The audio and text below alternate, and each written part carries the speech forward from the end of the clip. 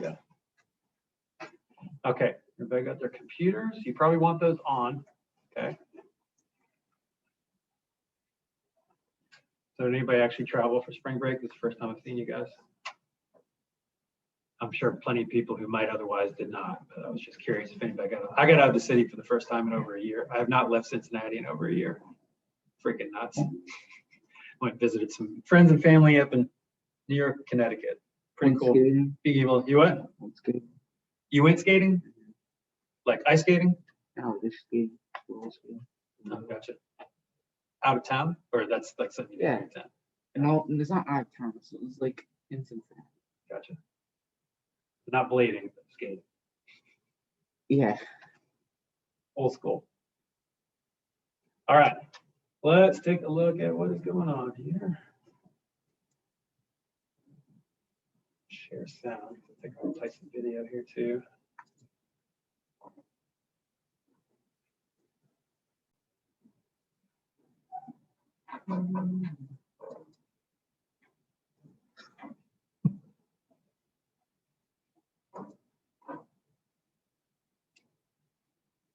All right, so still got grammar and vocab going, and then for the rest of class today, we're going to look at a blast assignment. Ethan, let's get your phone put away, but if you don't mind, okay?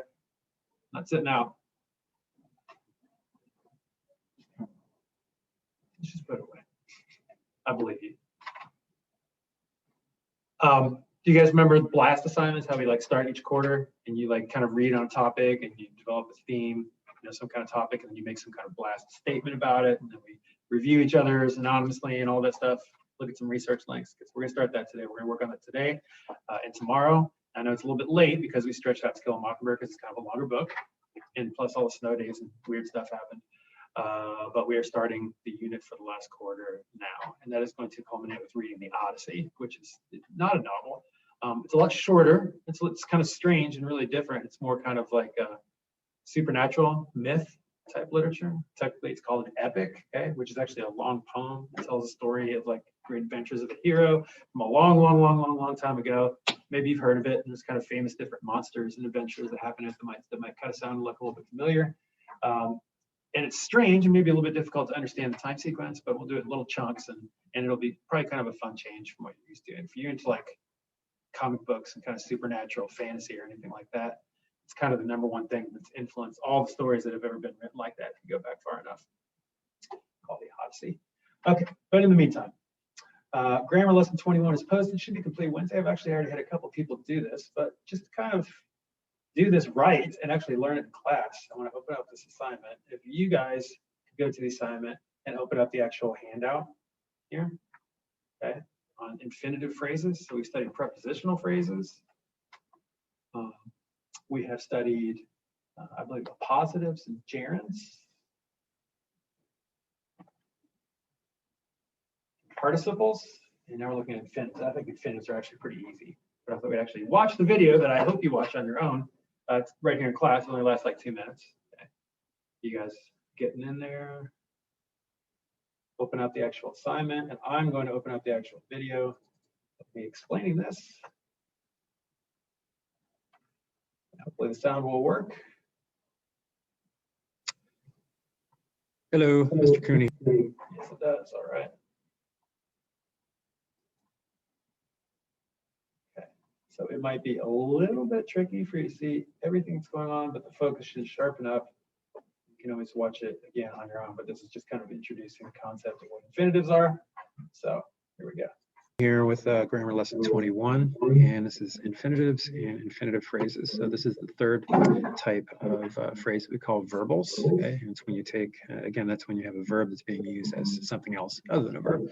So specifically, an infinitive is a verb form that is usually preceded by the word to, to, right? Which is usually it's going to make a prepositional phrase like to the store or to class, right? But this is different. To is not a preposition, but it's a part of the infinitive verb form. You might have studied these in foreign language. An infinitive can be used as a noun, an adjective, or an adverb. Okay, so unlike a gerund, which is always a noun, or a participle, which is always an adjective, the infinitive can be used as several different parts of speech: noun, adjective, or adverb. So you can see as I love to gather flowers in the spring. To gather is used as a noun, which the what word do infinitives always start with? Two. Okay. So just like a prepositional phrase might always start with to. If I say to the store or to class, to my friend's house, right? Those are prepositional phrases, but you see there's no verb in there, right? But to start, to read, to be, or not to be, those are infinitives, okay? To plus a verb, different. So, kind of basically is the direct object of love. I love what? To gather flowers in the spring, right? Our plans to visit Civil War battlefields changed drastically. Okay, there it's used as an adjective, right? Because to visit describes our plans. And then the third example, your address is difficult to remember. There it's used as an adverb because it modifies the adjective difficult, and that's what an adverb does. All right, so the infinitive phrase, as opposed to just to remember, that's an infinitive. An infinitive phrase includes any complements or modifiers that need to complete its meaning, such as to recognize people. Okay. All right, we're just going to do, let's see. Yeah, we're just going to do the first section. So let's do all 20 of those. Above, find each infinitive, basically, it's implying there, and write noun, adjective, or adverb above it as you try to figure out how the infinitive is used in a sentence. For example, choosing a setting for a novel is not a decision to make hastily. Okay. To make hastily is the infinitive there.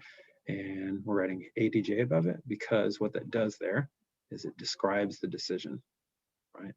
So just think if there were only one word there, would that word be an adjective, adverb, or noun? Do your best. You know, again, it doesn't matter if you get a lot wrong, but let's do all 20 of those and don't worry about exercise 2. Short week. Due by Wednesday night. See ya. Okay, so why not right now? why don't you guys take a look at the first 3 of those right now in class? You can get started on, and plus I can make sure we're on the right track. Okay, so I'm going to bring up the actual handout here. Now finding the infinitive is easy, right? Anybody can find the word to plus a verb, right? But then what's it doing, right? So with this one, like I said on the video, to make hastily, right? That's the infinitive, but what's it doing? Well, it's describing the decision, right? And since decision is a noun, if the infinitive is describing a noun, that makes it an adjective. Every infinitive either acts like an adjective, a noun, or an adverb. So you're gonna write ADV, ADJ, or N above each one. So let's do the first 3 right now. However it is that you usually do that. You've already completed the whole thing. You take attendance while you're doing that.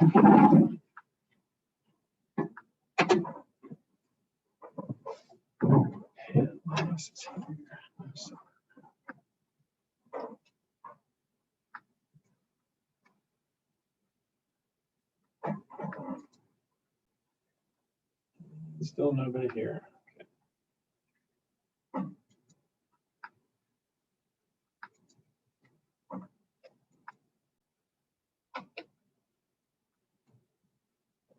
No Liam Bell.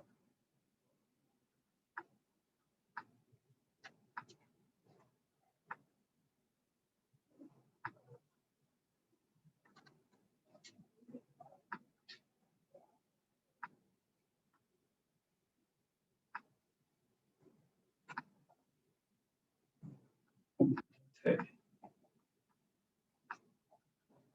No Issa.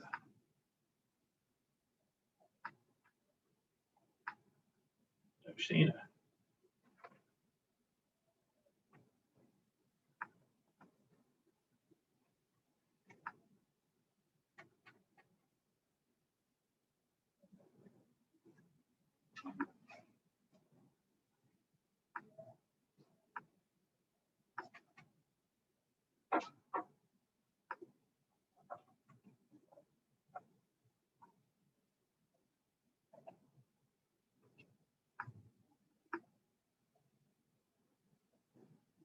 Elias, that phone's not put up, my friend. Put your phone away.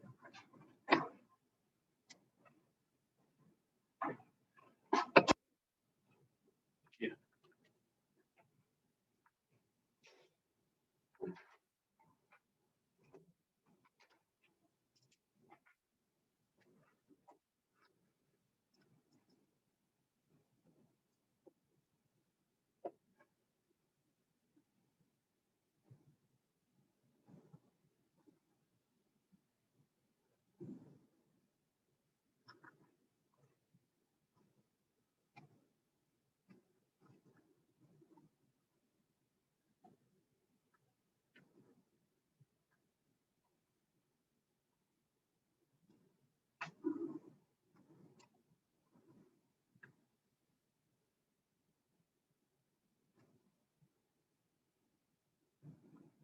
Almost ready. Guys are all doing what we talked about, right? Okay. How about the first one? Who can participate in class? An author must choose the right setting to make a novel memorable. You can at least tell me what it is, right? Ethan Rohr, thank you. Well, what's the infinitive? You know it's obvious, but right? And you think adverb? This is actually pretty hard. Okay. The author must choose the right setting to make a novel memorable. But in this case, to make a novel memorable, It's ADK. yeah, because it has to do with choosing, right? But to make a novel memorable is really describing that setting. Okay, so that would be a really easy one to confuse, and I'm not going to like test you on that or anything. But since setting is a noun, since this describes the setting, that would make it ADJ, adjective. Okay. So, good job there, Lions. Okay, Ethan. Okay, how about number 2? For some writers, it was easy to find the best setting. Obviously, the infinitive is what? Yeah. ADV. But hold on, what's the infinitive? Just to say it. It's Starting with the usual word, right? yeah. It's to find the best setting. Yes, sir. And that describes what? Because it describes what? Easy. It modifies easy, which is already an adjective, right? And so if the phrase is acting like a word that modifies an adjective, that makes it an adverb. So that's right. Good job. Okay, number 3 is kind of different, right? Somebody else want to do that one?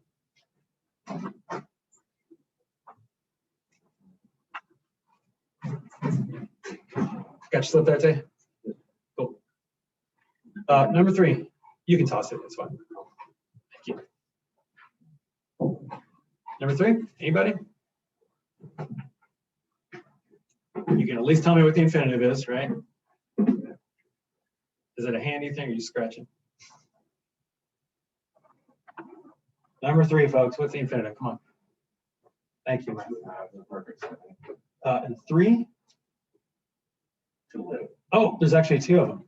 Yeah, I didn't even notice that. And You're right. So to live in London is one of them, and to have the perfect setting is another one. So we can talk about both of those. Now, how is the first one here different from the other 2 we saw? What does to live in London basically take the place of in that sentence? Like what part of the sentence would you usually see there if it was just one word?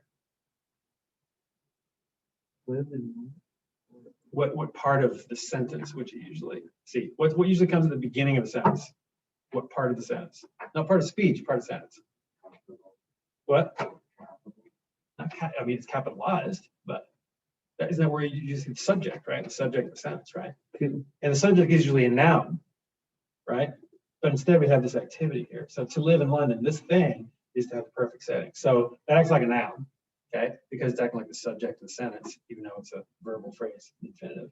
And then we have is, and then what comes after that? We have another one, and that becomes the predicate adjective of is. So that's also acting like a noun because we usually have a noun there. So each of these acts like noun. This is this, right? Kind of tricky. So you can at least find the infinitives. Do your best to try to make an informed decision about what each one is. Do all 20 of exercise 1, and you have until tomorrow night to do that, okay? So let's move on from that now because I want to get going on this last activity that we're going to work on today. I will point out to you, of course, that there is a new vocab lesson also, okay? And that's not due till Thursday night as usual. But in the meantime, we also have an assignment for In the Lead Blast Part 1. And it says, please complete a rough draft of a blast statement in response to the top left question. That's in Study Sync, where we're going to go in just a sec. And then read 3 research link articles of your choice, taking down 3 interesting facts for each one. And they're going to be articles about good and bad, actually often bad, or questionable leaders from throughout history in different places, okay? And I'm providing you an easy template so you don't have to deal with the PDF, okay? Hopefully make this easier. So what do we have in here? Okay, blast response, rough draft. Remember, we're not typing it into that box yet. We do a rough draft to kind of think about it and do some reading, and then we'll go back and put the real thing in Study Sync. But in a little bit here, not now, but in a little bit here, you'll put that here. And then you're going to read 3 different articles from those research links, ones that you think are interesting. There's 6 of them. You choose 3. You just write down 3 hopefully not totally random, and interesting facts from each one. We'll kind of share stuff about what you read tomorrow when we're doing Remote Wednesday. Okay, so let's actually go to Study Sync. Remember, you go through Clever. It's been a little while, right?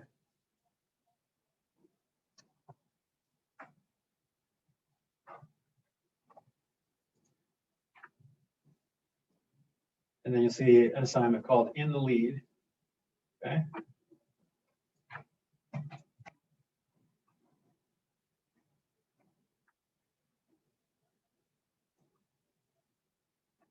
A minute. Circulate, make sure you're getting in there.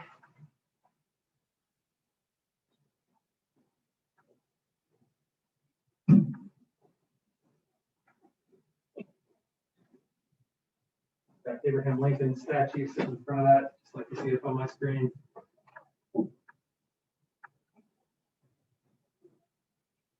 Luke, you ready to get in there? Yeah.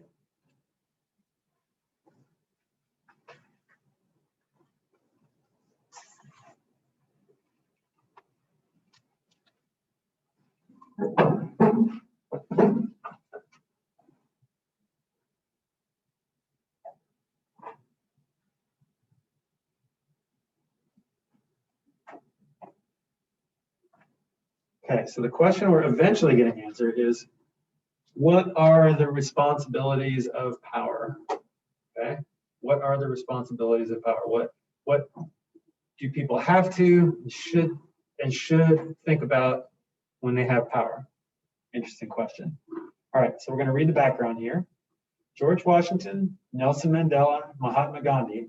These are just a few of the powerful people who might come to mind when you think of leaders. But what about Attila the Hun, Adolf Hitler, Osama bin Laden? The word leader applies to these notorious individuals too. Notorious means maybe not famous for good reasons, right? So leaders can be responsible for great or terrible things, depending on how they decide to exercise their influence. Can I get someone to read that next paragraph throughout history? Can someone do that? You can kind of put your mask to the side to read a little bit too, if you make it a little bit easier.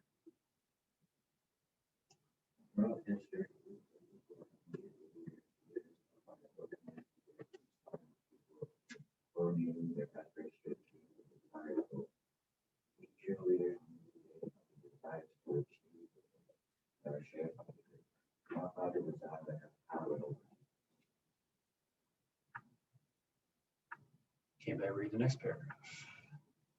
Thank you, Ethan Rohr. Good. Leadership itself is not good or evil, but the leader can use his or her power to create however one. In fact, most young leaders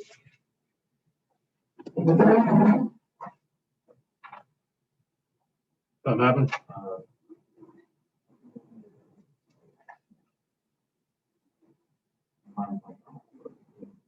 You said compelling leaders, whether they are, yeah, whether they are revered or reviled, right, which means hated. Often share the same characteristics of being able to communicate, delegate, innovate, motivate.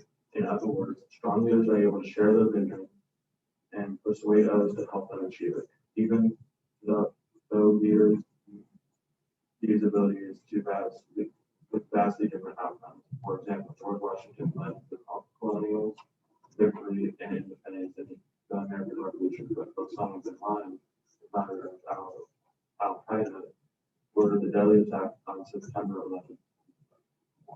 Okay, I'll read the last one. Abraham Lincoln once said, if you want to test a man's character, give him power. So in this unit, you'll read stories, poems, and articles, culminating with the Odyssey, about powerful people who led others through difficult times, as well as powerful people who abused their authority for their own ego or gain. As you read, consider the responsibilities that come from power, which leaders passed Lincoln's test. Okay, so just with that food for thought, but before we look at the research links, not in here, but back here, let's go ahead and answer that question. What are the responsibilities of power? And so the context of that is, what are the responsibilities of power for someone who handles it well, right? You have 280 characters. Make it concise, try to make it a good sentence. Don't do it in study sync. Do it on here. This is your rough draft, okay? And then you'll look back at that later when we've done more talking and reading and do the real one.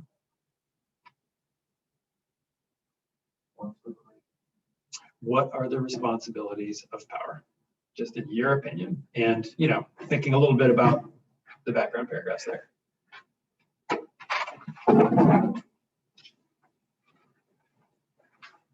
No wrong answer. Yes, do it in the template on the assignment that I've given you, not in study sync right now. How long should it be? Study sync. Are you just looking at the question? Okay. Yeah, you might have to flash back and forth with the question. Just what are the responsibilities of power? How long should it be? You have 280 characters, so basically a double tweet. Depends on how long your sentences are.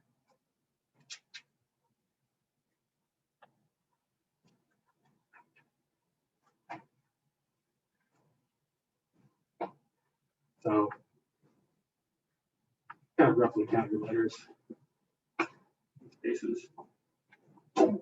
Actually, there's a function in Google Docs where you can highlight something and do actually, is there a character count or is it only a word count? I think there's a character count. I think you have to generate a while since Is it like a right click or anything? I think it was. Yeah, but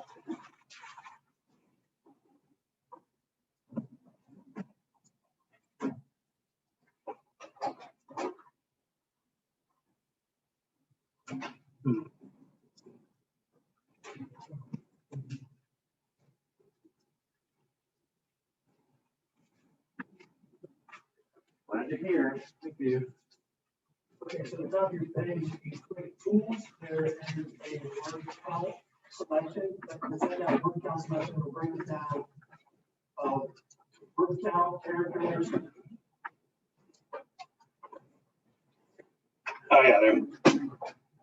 So this is 27. Break it down, so you- Everybody see that? Tools is, It's got everything. yeah, So you don't have to, you don't have to be that exact about it right now, but I guess you might as well. An idea of how many you're getting there. You don't write too much, too little.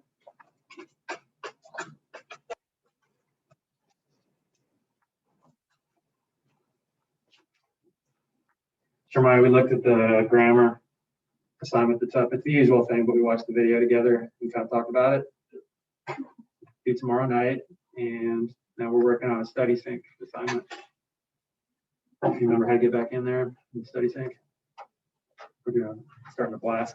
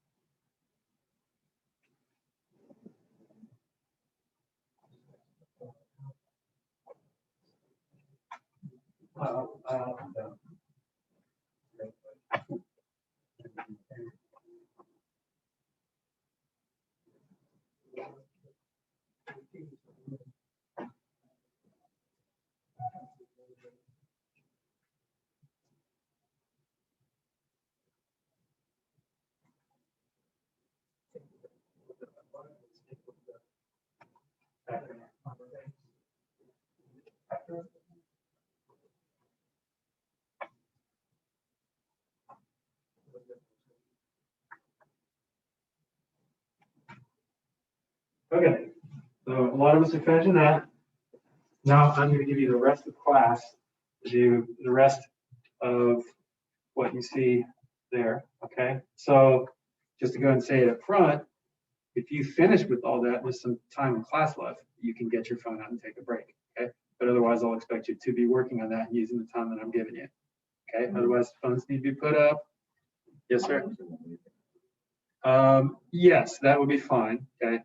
Now, you know the way I do that, put some music on, phone goes face down, okay? So it's not distracting you, but yes, that'd be fine. But let's take a look at what that is again real fast. Let me go back to sync real fast. Okay, so down here we have 6 different research links. We have top 10 power abusers, Time Magazine's list of the most irresponsible wielders of power.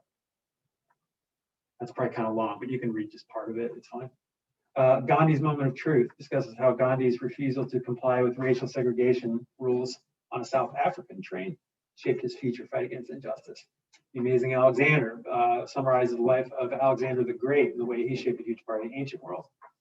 An opinion piece relates to files that J. Edgar Hoover kept, the information that NSA gathers for the internet about everyday citizens, principles of propaganda, Joseph Goebbels, Hitler's Minister of Propaganda, Belgium's Heart of Darkness, King Leopold II of Belgium was one of history's most terrible mass murderers, and Remembering Mandela. Time Magazine's former managing editor remembers Nelson Mandela, the South African prisoner turned president who led his country out of apartheid. You might have to sift through Xing out some ads to get to some of those. If one of them that you're looking at is just kind of a pain, then maybe try a different one. But you only need to read 3, okay? Perfect timing, all right. Okay, expect you to be working on it. It could be anything, okay? But you choose interesting facts. That's the third one homework grades I'll be checking tomorrow morning. Probably get most of all down here.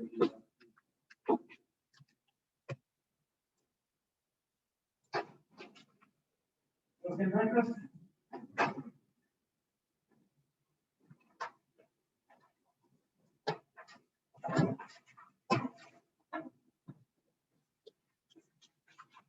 Hey, anybody watching the recording? I'm stopping at this point, so you should also be finishing doing notes on 3 articles and getting that turned in by tonight.